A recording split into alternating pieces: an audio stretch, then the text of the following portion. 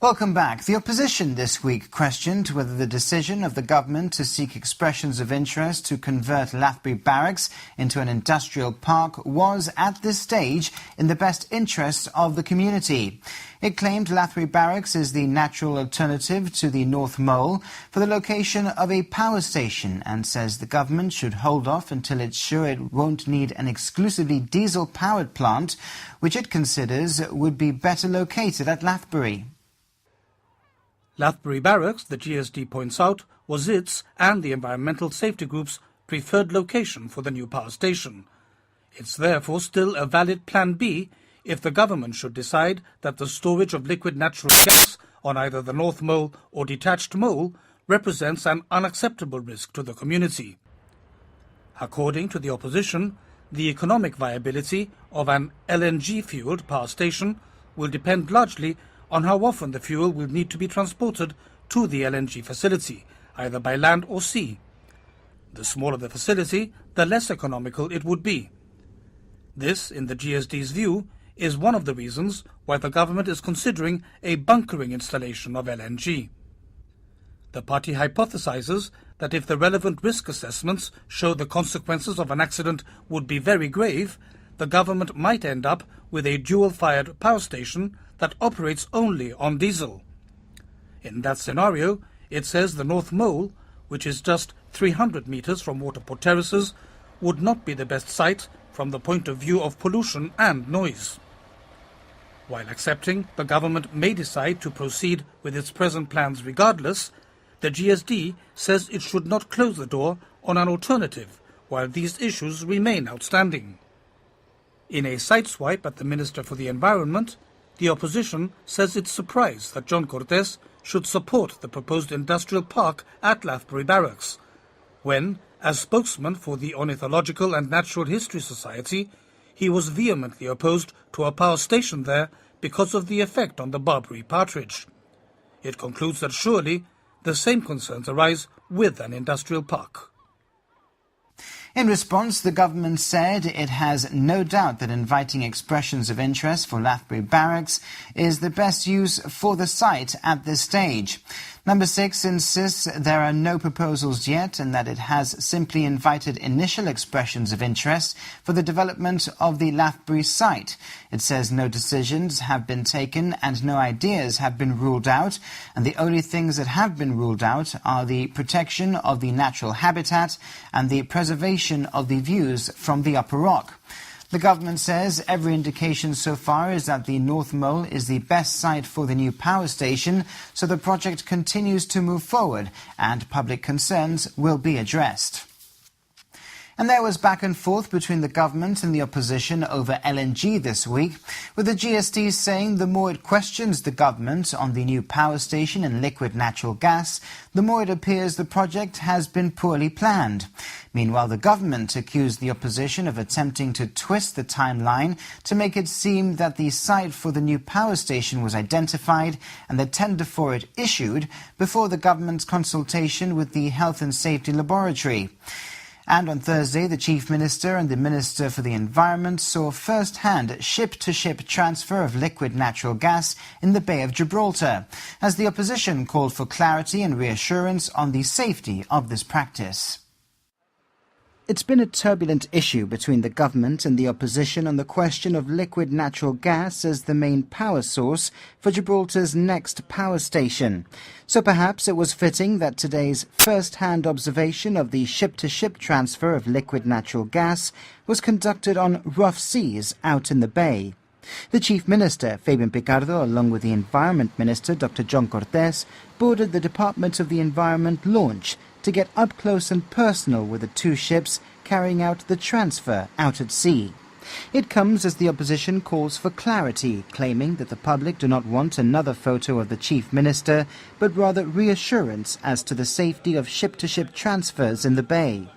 It adds the government needs to satisfy the public that the port has all the necessary regulations in place in order to ensure compliance with best practice in this area, and that there is a proper emergency response contingency plan in place to cater for a possible incident in the bay.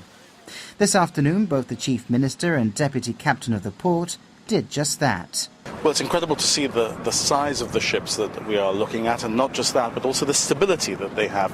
It's been a pretty rough day for us in the smaller boats out there, but the ships that we're looking at are very large indeed, and they're very stable. They were not moving at all, and you can come up right up to these vessels, smell absolutely nothing, see that there's absolutely no spill of anything, and see and understand just how safe these procedures now are. The senior boarding officer, or the senior port officer rather, was on the environmental protection but with us and telling us exactly what was happening during the operation, so we could understand what had happened already, what the process of bringing the two ships together had been, and what was happening now that the transshipment was taking place. One of the first things that we look at before we actually allow an operation of this kind to go ahead is ensure that the weather is going to be adequate for this operation. There are very strict weather protocols in place whereby we will not allow, the GPA will not allow the operation to go ahead if any of the parameters within that weather is out of the safety protocols. A photo opportunity this may well have been for Fabian Picardo, but he told the press today that he felt LNG was the future for the propulsion of engines that produce electricity with the production of the least possible pollution.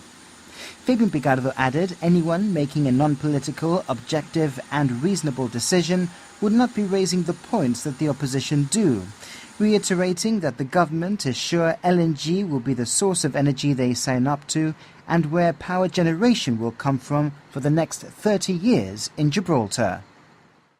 Employment Minister Neil Costa rolled out a major admin transformation of his newly acquired ministry, which will change the way the department interacts with these service users. Internal software is being modernized, which will allow the community to access data online, and the Labour Inspectorate has been reorganized to allow them to carry out regular inspections of local businesses. Today, the Department of Employment has announced the reforms it is currently undertaking. In the first place, we want to highlight the fact that we wish to improve the interface between the government and the private sector. As you know, since being elected into government, one of our key objectives has been to ease the administration of businesses, and the reviews centres on that main plank. How will we achieve that? We will achieve that by digitising all forms that employers need to fill. Notification of vacancies, terms of engagement, termination notices, so that employers have the ability to be able to fill those forms online. In other words, because currently going to the ETB could be a bit of a hassle for a business owner who has so many more things to do, having the ability to go online and achieve that objective will mean that there will be no reason not to do so immediately. And this ties into the announcement of the day, which has been the resourcing completely of the Labour Inspectorate. We've announced that the Labour Inspectorate is currently devising a programme which is to be approved by the Director of Employment to say the objectives and the methods they will use to ensure that employers are fulfilling all of their requirements under the different employment legislative pieces. The General Secretary of Unite the Union, Len McCluskey, this week inaugurated the refurbished Transport House. Len McCluskey said he was delighted to be in Gibraltar, adding it was during a previous visit that he felt it was time to refurbish the building and not just give staff a comfortable working environment, but also send a clear message, he said, of Unite's commitment to Gibraltar. He called the works beautiful and first class. He also spoke about the relationship between the local branch of Unite and UK head office. We have a great relationship, of course. We've got a fantastic staff, great officers, good shop stewards and conveners, and a really good team that work very closely. And you know, my national officer, Kevin Coyne, is over here keeping an eye on things. So I often wish that the rest of my union was as focused and together as they are in Gibraltar. So yeah, very pleased. Mr McCluskey also praised the relationship between Unite and the government, adding he saw Chief Minister Fabian Picardo as the solution to the challenges they face. He also said he'd be keeping an eye on both the upcoming UK general election as well as elections here. National Officer Kevin Coyne said the local branch was very pleased with having Len McCluskey visit the Rock and praised the relationship between the two, whilst also adding the refurbished building represented a modern union. Unite's quite a young union. It's merged with very old unions, and we wanted to present a new image, one that's in keeping with the modern agenda, but importantly one that takes with it traditional values. And the traditional values are those, as you can see on the board behind you and so on, that we believe in sticking up for working people, but we also believe in ensuring that our members, wherever they are, get a good deal. And it's about fairness, it's about equity, and it's about, importantly, how Unite can bring that agenda to the table.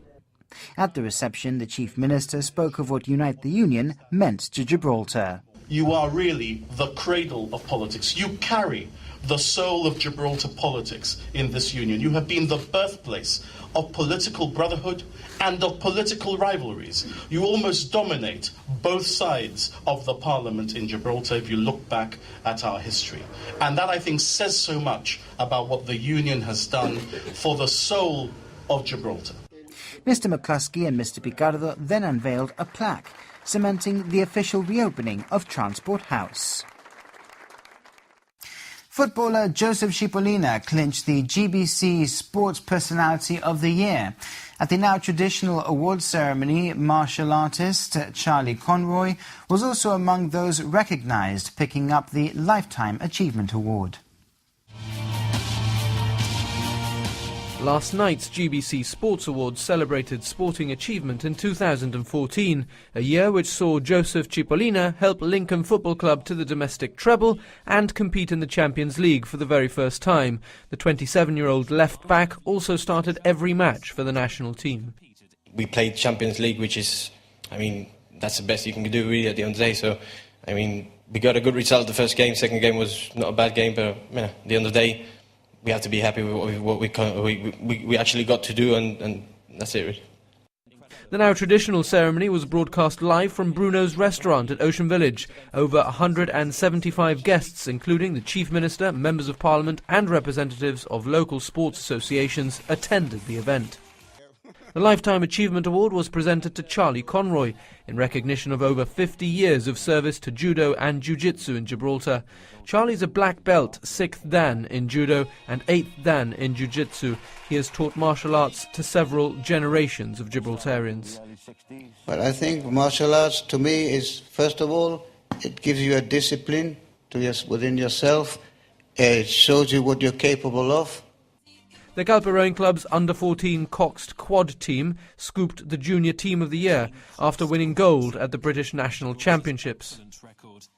We've been rowing together for a couple of months before the championships, and we trained very, very hard for it. And very quickly, the names of your comrades? This is Jensen, Dulan, Jake Moreno, Brandon Perez and Julian Viñales. CALPE oarsmen also claimed the Senior Team of the Year award. The under-23 double scull pair of Lee Perez and Antonio War were recognised after winning silver and bronze medals at the prestigious International Spring Regatta in Belgium. Rowing takes a lot of determination, commitment and motivation. Waking up every weekday, maybe at 6 o'clock in the morning to train at 7, and then also after school. So it takes a lot of effort, and also thanks to our coaches that motivate us and also our parents. So obviously that pushed us to wanting to achieve our goal. Basketball player Thomas Yome was Gibraltar's standout player at the Under-18 European C Division Championships last summer, inspiring the team to a silver medal. His performances earned him the title of GBC Junior Sports Personality of the Year. The background staff, everyone's great, and they're just motivating everyone to get better, to just train.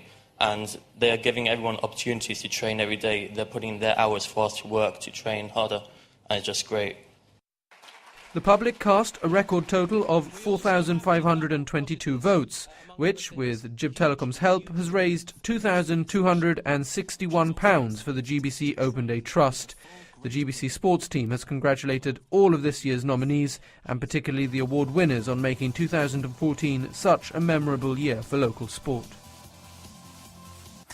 And that's all for News Review. For more, you can head over to our website, gbc.gi/news. You can also find us on Twitter and on Facebook. Thank you very much for watching. From the team, good night.